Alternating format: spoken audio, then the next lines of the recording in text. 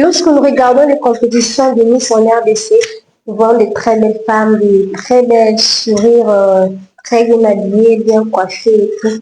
Mais nous ne savons pas qu'est-ce qui se passe réellement derrière ces grandes compétitions de beauté en RDC. Bonjour à tous, j'espère que vous allez très bien chez vous. Moi, ça va hyper bien. Alors, aujourd'hui, nous allons parler des concours de beauté. Nous allons aborder ce sujet de ce que personne ne vous dit sur le concours de beauté en RDC. Alors, je t'invite à rester jusqu'à la fin de cette vidéo pour ne pas manquer. Allez, on y va. Okay, let's go.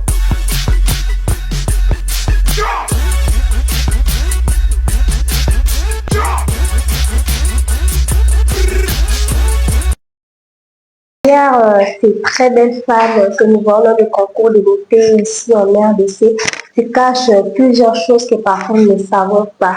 Nous avons l'habitude de voir des paillettes, ces femmes très bien habillées avec des sourires.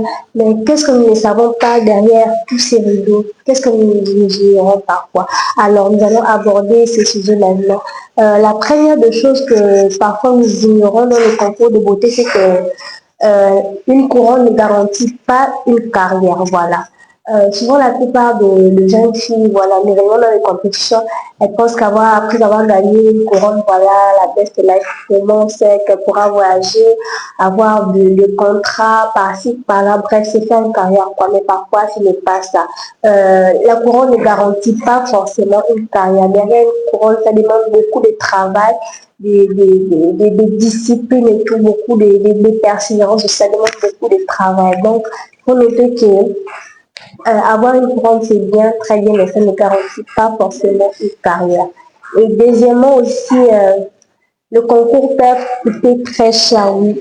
Parce qu'un concours de beauté, ça coûte très cher, comme j'avais déjà dit en amont dans une autre vidéo, parce qu'un concours de beauté coûte très cher, que ce soit en termes de maquillage, en termes de coiffure, d'habillement, de déplacement, de communication, tout ça, ça peut vous coûter vraiment très cher. C'est pourquoi je demande à ne pas porter le poids soi-même, voilà, à toujours chercher des sponsors, des accompagnements et tout, à ne pas puiser ses économies dans un concours, à ne pas vraiment vous épuiser vous-même, surtout si vous n'avez pas suffisamment d'argent, parce que parfois un concours de beauté, vraiment, franchement, ça demande pas seulement d'argent, mais ça demande beaucoup d'énergie.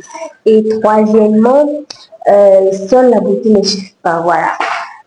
On pensait que être mise, voilà, il faut avoir une très belle taille, être très belle et tout, mais bref, ça suffit pas. J'ai vu des femmes qui n'avaient pas vraiment la morphologie parfaite qu'il fallait, mais qui ont réussi à gagner dans de grandes compétitions et tout. Voilà, être très belle et tout, avoir une très belle carrière, ça ne suffit pas aussi. Il faut aussi avoir beaucoup de moyens financiers, voilà, comme vous l'avez dit en amont, avoir des moyens financiers que vous pouvez être belle, mais passer inaperçu. Et quatrièmement, les réseaux sociaux aujourd'hui sont devenus une partie du concours. Voilà. Aujourd'hui, les réseaux sociaux font vraiment partie du concours, de concours de beauté. Aujourd'hui, les gens peuvent vous juger à partir de ce que vous publiez, à partir de l'image que vous laissez sur les réseaux sociaux. Voilà pourquoi si tu sais que tu as un projet de concourir à des concours de beauté, tout, pense vraiment à travailler sur ta communication sur les réseaux sociaux, sur tes commentaires, qu'est-ce que tu publies et tout, qu'est-ce que voilà, tes commentaires et tout. J'ai vu certaines candidates bafouer leur réputation juste à cause des commentaires négatifs qu'elles avaient laissés sur les réseaux sociaux. Alors voilà, aujourd'hui le concours de beauté, voilà, ne se passe pas seulement sur scène, mais aussi sur des réseaux sociaux. Apprenez à travailler sur vos réseaux sociaux.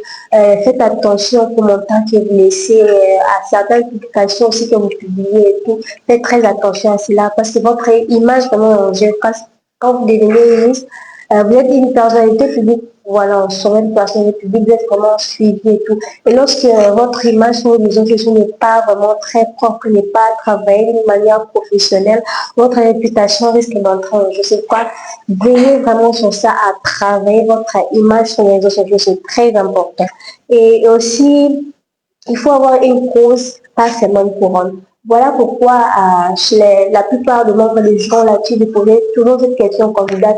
Qu'est-ce que tu feras après avoir gagné la compétition? Voilà, cette question revient toujours. Parce qu'il ne faut pas seulement rêver d'avoir une couronne et tout, mais il faudra aussi avoir une cause que tu pourras utiliser avec cette couronne-là. Une cause que ça peut être dans la santé, voilà, dans l'éducation, voilà, dans la formation, voilà. Bref, une cause que tu pourras, en tant que Miss, utiliser avec ta couronne afin d'apporter un plus dans ta communauté, voilà.